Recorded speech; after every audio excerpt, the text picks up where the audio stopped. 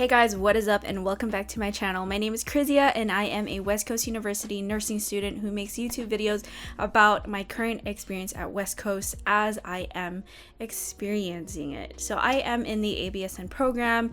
Right now I am in my PEDS term, about to finish. I literally have my finals next week. I just took my proctor this week and everything has been online. So that is what has been going on because of COVID. I've been having a lot more time to be at home and record more videos. So I just want to share a lot of my experiences at West Coast U and basically how to survive. So that is what today's video is going to be about. Today is going to be how to survive your very first semester or term of your nursing core. If that is something you guys would like to see or like to see more of my nursing videos, don't forget to hit subscribe and to hit that thumbs up button.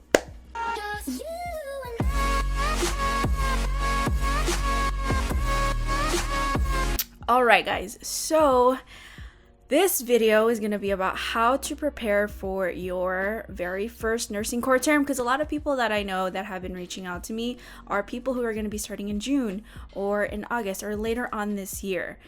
And I just want to talk about like what to do and what to expect and just how to prepare yourself for that. Like, how will you survive your first term? So the very first thing is to mentally prepare yourself. Mentally prepare yourself and know that this is gonna be a journey and it's gonna be tough and it's gonna be mentally draining and just it's gonna test you out in every single way it can. I did go to college already, so attending West Coast University is similar because we go by 10 weeks, meaning that you take 2 classes in a span of 10 weeks, so everything is condensed, meaning everything is accelerated. That's why it's the ABSN program. So I went to UC Irvine, and that school was already on a they go by the quarterly system, meaning it's like every 10 weeks, I think, or like 12 weeks or something like that, but it's very fast too. But I took more classes in that span of that quarter versus at West Coast University.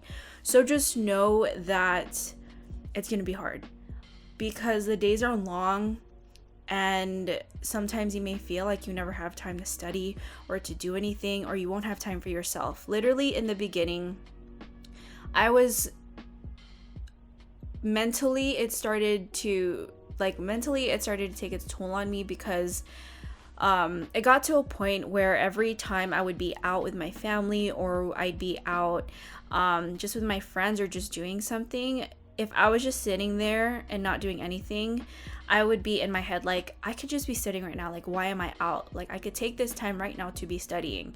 And so I kind of started having a lot of anxiety and things like that, thinking that I wasn't going to have time for anything. Because in reality, you may feel like you don't have time, but you do.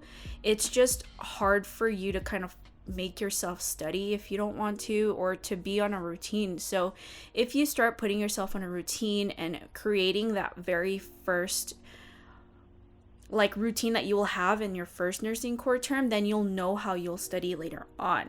Sometimes in the beginning you really don't know how to prepare yourself because nursing core is very different when it comes to GEs. But honestly, it's not that much more different. The only difference is your test taking and like the types of questions that you're going to be asked. So there's a lot more like critical thinking questions and a lot of things that you have to apply your knowledge into your quizzes. So which is why a lot of people end up having a hard time with, but also because you start to think of, if I don't pass, like I'm going to have to repeat it.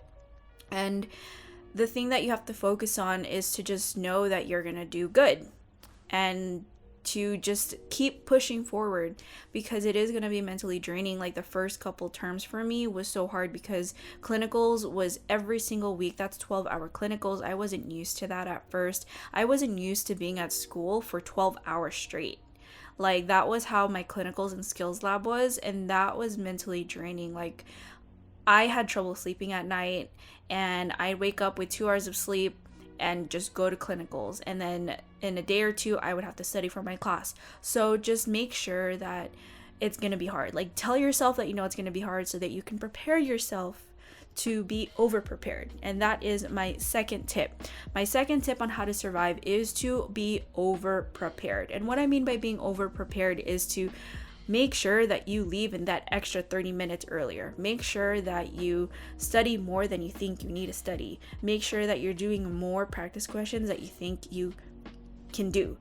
If there's time for you to sit down and do more things, do it. Don't think that you're fine and you're good. Just keep practicing and practicing what you need to know. Keep testing yourself, keep studying. Just be over prepared, because there's times where you feel like you're prepared, but when you take the test, you're not.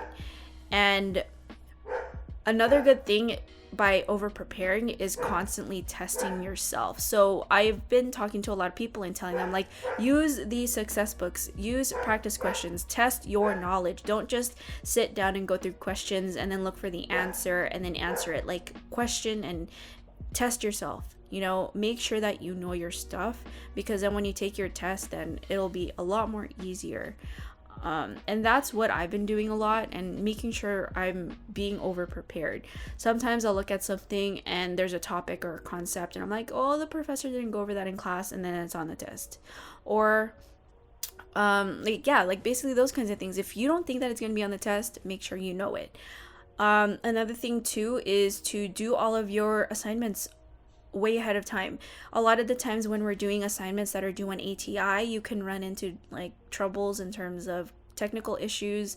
You won't have access to it. It's just not working, because a lot of the times ATI gets put on a maintenance, and that night that it's due and you decide to wait that late and it's on maintenance, the website is down and you can't do anything about it.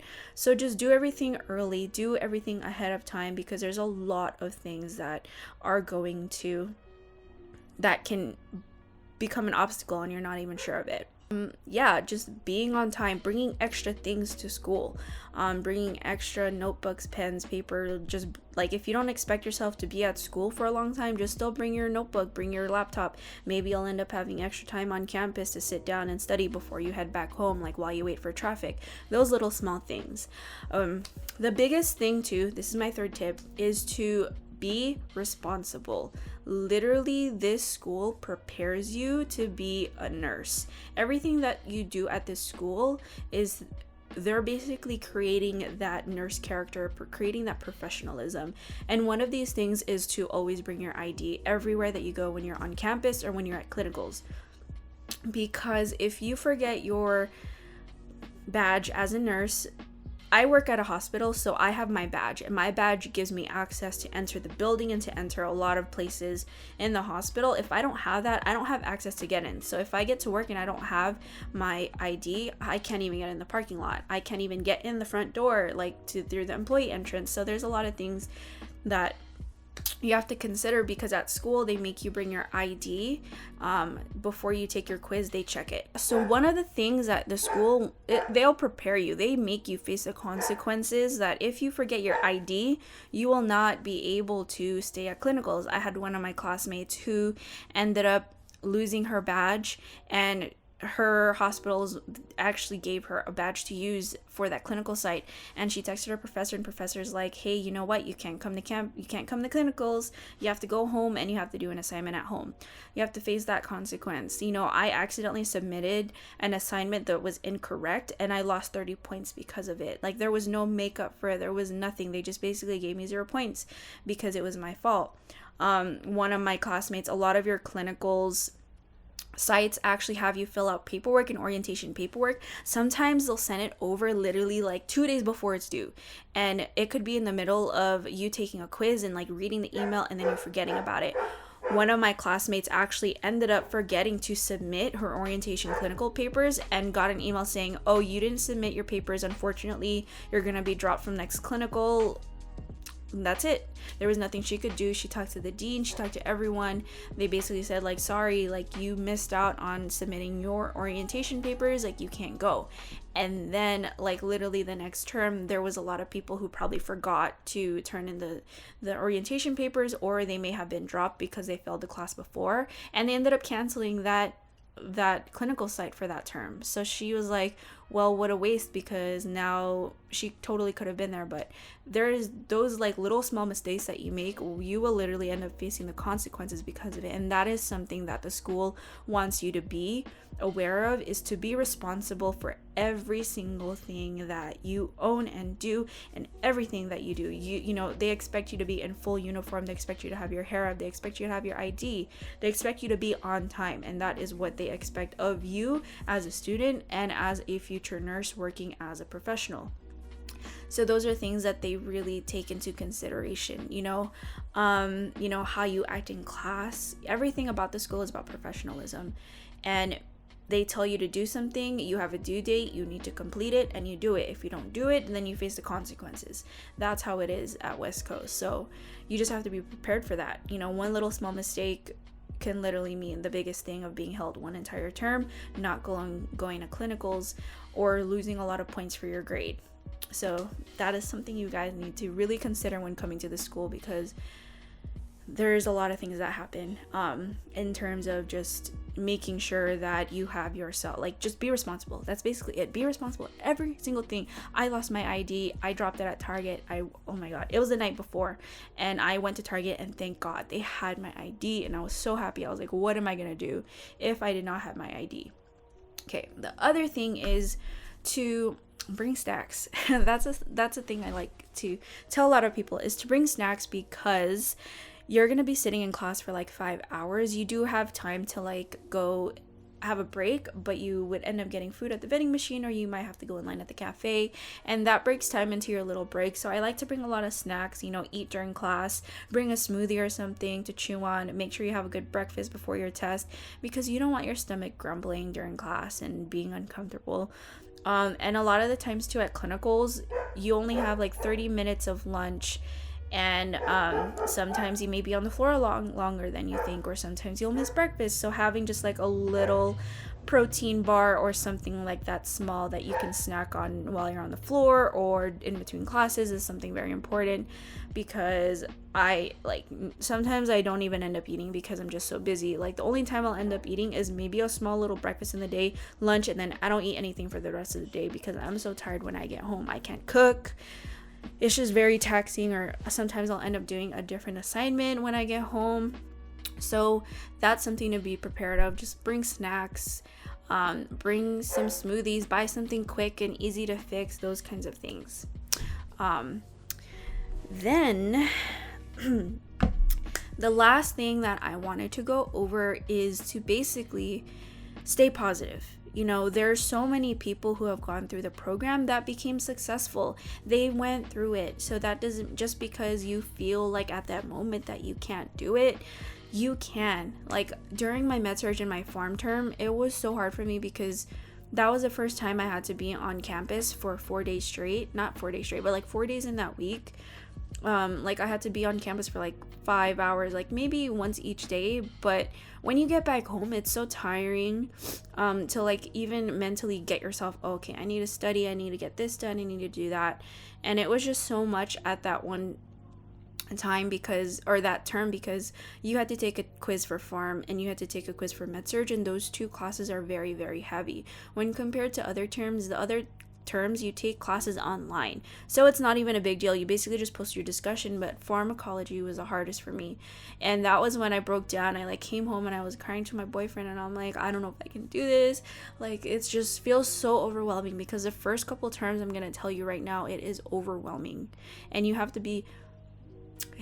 to just tell yourself that you can get through it, because once you start just pushing yourself and getting through it and just doing things because you need to do it, you're gonna realize that like time has gone, time has flew. Like, literally, it's so fast. Like, I started in August 2018. It is end of May 2020, and I am almost done. I literally have 3 more terms. I have public health, I have critical care, and then I have my integrations, and then I'm done.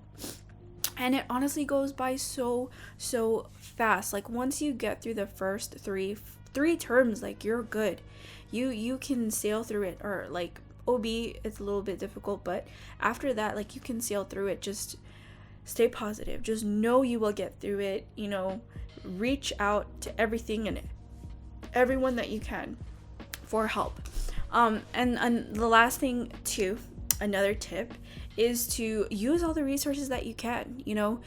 Make study groups, reach out to your professor, go to your hours, go to their office hours. If you didn't do good on your test, go up to your professor, go to office hour. They'll go over your test with you and see what you did wrong. In order for you to get better, you have to know what you're doing wrong. So how do you know if you're going to do better on your next quiz if you don't know what you got wrong? Or if you do know what you got wrong and it was because you didn't study enough, then study more and still go to your office hours to see exactly what went wrong. If you're having trouble with NCLEX questions, West Coast University also offers NCLEX tutors and NCLEX coaches that you can meet with. They can help you figure out how to answer NCLEX questions, what strategies to take and things like that. We have a lot of, we even have resources to help you with time management.